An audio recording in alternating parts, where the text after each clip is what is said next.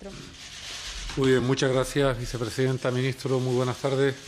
Tal como la vicepresidenta ha señalado, en el día de hoy ha sido aprobado por parte del Consejo de Ministros el anteproyecto de ley de medidas fiscales para la sostenibilidad del sistema eléctrico. Por tanto, es un anteproyecto de ley que incorpora, por un lado, medidas fiscales con el objeto de obtener ingresos adicionales que vayan encaminados a hacer desaparecer el desfase entre ingresos y costes del sistema eléctrico y, por otra parte, va orientado a la sostenibilidad del sistema. Sostenibilidad que tenemos que entender en una doble acepción. Sostenibilidad medioambiental, por un lado, y sostenibilidad económica y financiera, por otro. Sostenibilidad medioambiental porque es objetivo del Gobierno y va a seguir siendo objetivo del Gobierno el que dentro del mix energético, dentro de la combinación total de distintas fuentes energéticas, sigan teniendo un peso importante las energías renovables incluidas dentro del régimen especial, pero también sostenibilidad económica y financiera porque no podemos disponer de un sistema eléctrico que genere año a año un déficit adicional del entorno de 5.000 a 6.000 millones de euros. Hoy el problema más importante que tiene el sector eléctrico en España es justamente el problema de la sostenibilidad económica y financiera. Tal como la vicepresidenta anunció con anterioridad, a final del año 2011 estaba estimado ese déficit eléctrico aproximadamente en unos 24.000 millones de euros. Este déficit está residenciado en los balances de las compañías eléctricas, no de todas, sino de aquellas compañías eléctricas que están dentro del régimen ordinario. Por tanto, no es un déficit eléctrico que esté siendo soportado por parte de las compañías eléctricas que están dentro del régimen especial. Y dentro de esos 24.000 millones hay 17.000 que han sido ya emitidos, 3.000 por parte de las empresas eléctricas y 14.000 que han sido titulizados y, por tanto, tienen el aval del Estado. De esos 24.000, por tanto, quedan 7.000 que no han sido ni titulizados ni avalados por el Estado, ni tampoco han sido emitidos por parte de los operadores. Ahora bien, toda la deuda, los 24.000 millones de euros que ahora mismo hay acumulados como déficit eléctrico, están generando para el Estado cada año un coste adicional que va al sistema eléctrico en concepto de amortización de aquello que ya tenemos titulizado, 14.000 millones, más los intereses de los 24.000 millones. Y eso supone cada año de coste adicional para el sistema de aproximadamente unos 2.100 a 2.200 millones de euros. Por tanto, la propia existencia del déficit eléctrico en sí misma genera una autoalimentación del propio déficit eléctrico año a año. ¿Qué queremos decir con esto? Pues queremos decir que o se le pone un límite al ritmo de generación anual de ese déficit de tarifa, o bien de aquí a unos años, en vez de 24.000, tendremos 50.000 millones y entonces ya no estaríamos ante un problema del sistema energético ni del sistema eléctrico, sino que estaríamos ante un nuevo problema financiero. Ha habido dos fases. Una fase consistente en llevar al objetivo el déficit de tarifa para este año 2012 y el objetivo es que no sobrepase 1.500 millones de euros. Para eso se han tenido que tomar medidas. Medidas en el Real Decreto 1 de este año 2012, en el Real Decreto 13 de este año, una orden ministerial del 1 de abril y en el Real Decreto 20 de este mismo año. Han sido todas medidas encaminadas a disminuir los costes del sistema para que este año 2012 el déficit de tarifa no sobrepasara 1.500 millones de euros. ¿Por qué 1.500 millones de euros? Porque hay un Real Decreto del año 2010 que establece que el déficit máximo para ese año 2010 sería de 1.500 millones de euros. No lo fue, fue de 5.000. Y para el año 2011, que tenía que ser también de 1.500 millones de euros, pero fue de 4.500. Y para este año 2012 también tenía que ser de 1.500 millones de euros y este sí que va a ser el primer año en el cual se va a cumplir el objetivo de aquel Real Decreto del año 2010, que establece además adicionalmente que a partir del año 2013 no puede haber déficit de tarifa. Y por lo tanto, no solo las medidas que ya hemos tomado a lo largo de este año 2012 van en la dirección de cumplir el objetivo de 1.500 millones de euros para este año 2012, sino que las contenidas en este anteproyecto que hoy hemos aprobado en Consejo de Ministros para remitir a las Cortes hay una serie de medidas fiscales adicionales que lo que pretenden es que en el año 2013 el déficit de tarifa sea cero.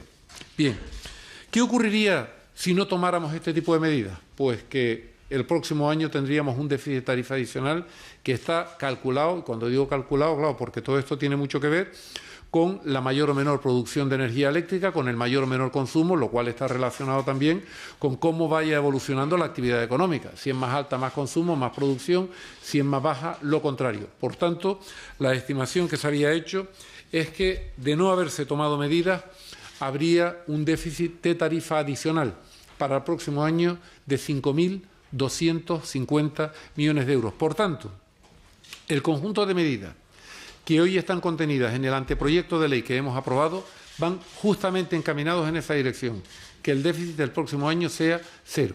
Y para ello se incluyen estas medidas del anteproyecto y otras medidas que no están en el anteproyecto, pero que también se las explicaré. Las del anteproyecto son fundamentalmente medidas tributarias y tienen que ver con la creación de 2 impuestos nucleares. En segundo lugar, con la creación de una serie de impuestos especiales. En tercer lugar, con la creación de un canon que grava la generación hidroeléctrica. Y, en cuarto lugar, un informe de naturaleza directa, real, del 6% de tipo fijo para todo tipo de tecnologías de generación. Vamos con la, explicación de cada uno de ellos. En primer lugar, el impuesto nuclear. Se divide en 2. En primer lugar, el impuesto que grava la generación de residuos radiactivos y, en segundo lugar, el que grava el almacenamiento de esos residuos radiactivos. En cuanto al primero de ellos, el que grava la producción de residuos radiactivos resultantes de la generación de energía nuclear, el hecho imponible es la propia producción del combustible nuclear gastado y los residuos radiactivos resultantes. Se establece un tipo impositivo en este impuesto de 2.190 euros por cada kilo de metal pesado producido. Y la previsión de ingresos por estos impuestos para los años 2013, 14 y 15 es de 269,6 millones de euros por cada año. Hay un segundo impuesto nuclear, que es el impuesto sobre almacenamiento de residuos radiactivos, que lo que viene a hacer en realidad es reordenar el conjunto de impuestos de esta naturaleza que hoy ya están gravando en las comunidades autónomas aquellos reactores nucleares que están ubicados en sus territorios, y este impuesto lo que viene a hacer es a reordenar un poco y, a unificar los hechos imponibles que están gravados por esas comunidades autónomas. Por tanto, no supone ningún ingreso adicional, lo que supone es una ordenación de todas esas figuras tributarias que ya existen por parte de las comunidades autónomas. En segundo lugar, hay un canon a la generación hidroeléctrica. Este es un canon que se establece por la utilización de aguas continentales para la producción de energía eléctrica. Es un canon que va a ser recaudado por los organismos de cuenca, destinado a la protección y mejora del dominio público hidráulico. El tipo va a ser del 22% sobre el valor económico de la energía hidroeléctrica producida, y las cuantías que se estiman recaudar por concepto del mismo para los años 2013, 14 y 15 son de 304,2 millones de euros. Bien, por tanto, tendríamos 296,6 millones de euros del impuesto nuclear y 304 del canon. Por estos dos conceptos serían 574 millones de euros. Luego estarían los impuestos relativos a impuestos especiales. Céntimo verde sobre el gas natural. Se establece un tributo de 2,79 céntimos metro cúbico, con un efecto para el año 2013 aproximadamente unos 804 millones de euros. En segundo lugar, un céntimo verde a la energía eléctrica producida por carbón de 14,97 euros por cada tonelada de carbón, con un efecto para el año 2013 de 268 millones de euros. Y también un céntimo verde al fuel oil y al gasóleo utilizado para la producción de energía eléctrica, con 12 euros por tonelada de fuel oil y 29,15 euros cada 1.000 litros de gasóleo, con un efecto para el año 2013 de 38 millones de euros. A todo ello tenemos que sumar los ingresos estimados procedentes de las ventas de los derechos de emisión de CO2 que va a comportar para el año 2013 aproximadamente unos 450 millones de euros, y luego también que la amortización del principales intereses al que antes hacía referencia de la parte del déficit de tarifa que ya está acumulado al 2011 va a ser asumida anualmente por parte del Tesoro, de tal forma que se le sustrae ese coste adicional de los 2.100 a 2.200 millones de euros adicionales que esa amortización y pago de intereses venía cargando los costes del sistema cada año. Finalmente está el impuesto sobre la venta de energía eléctrica. Este es un tributo estatal de carácter directo, naturaleza real, que grava la realización de las actividades de producción de energía eléctrica. El hecho imponible viene dado por la propia venta de energía eléctrica. La base imponible viene dada por lo que es el producto de multiplicar el precio al que se vende cada megavatio. El precio es, a su vez, el precio de mercado más, en su caso, para aquellas tecnologías que tengan incorporado una prima, precio de mercado más la prima, multiplicado por el número de megavatios que hay en cada una de las instalaciones. Grava todo tipo de instalaciones, todo tipo de tecnología, y el tipo de gravamen es un tipo ad valorem fijo del 6% para todas ellas. El impacto de este impuesto del 6% en las tecnologías del régimen ordinario, por tanto aquellas que incluyen la nuclear, hidráulica, carbón, fuel, gas y los ciclos combinados, es de 571,7 millones de euros. Y luego está el impacto de este impuesto del 6% sobre las tecnologías incluidas dentro del régimen especial. No todas son energías renovables, porque dentro del régimen especial hay algunas que no lo son, pero que en cambio están recibiendo prima.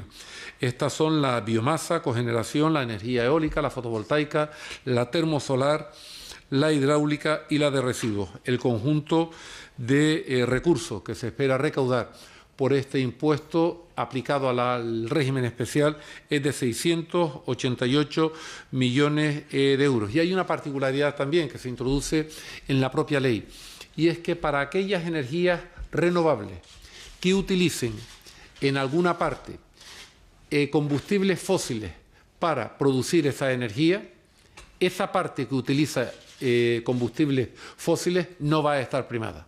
Por ejemplo, la energía termosolar, en un porcentaje del 85%, la energía termosolar utiliza como input el sol. Esa parte, lógicamente, está primada. Ahora bien, como quiera que haya una parte de la termosolar que no utiliza sol, sino utiliza gas, que es un combustible fósil, esa parte de energía eléctrica producida con gas no va a llevar prima. Y, en cambio, también es cierto que en el caso de la biomasa, que también hay una parte que se produce por gas, esa parte sí va a estar primada porque la biomasa está ligada a otro tipo de consideraciones medioambientales, como tiene que ver, por ejemplo, con la limpieza de los campos en invierno para hacer prevención de los incendios que se producen en verano. Con ello concluyo. Como decía la vicepresidenta al principio, este ha sido un proyecto complejo, llevamos muchos meses trabajando en él, tenía una casuística ciertamente amplia, pero finalmente el objetivo era conseguir un conjunto de medidas que posibilitaran un nivel de ingresos suficiente para cumplir con el objetivo del déficit cero en términos de déficit de tarifa para el año 2013, y con el conjunto de medidas que aquí están incluidas, ese objetivo se va a cumplir. Muchas gracias.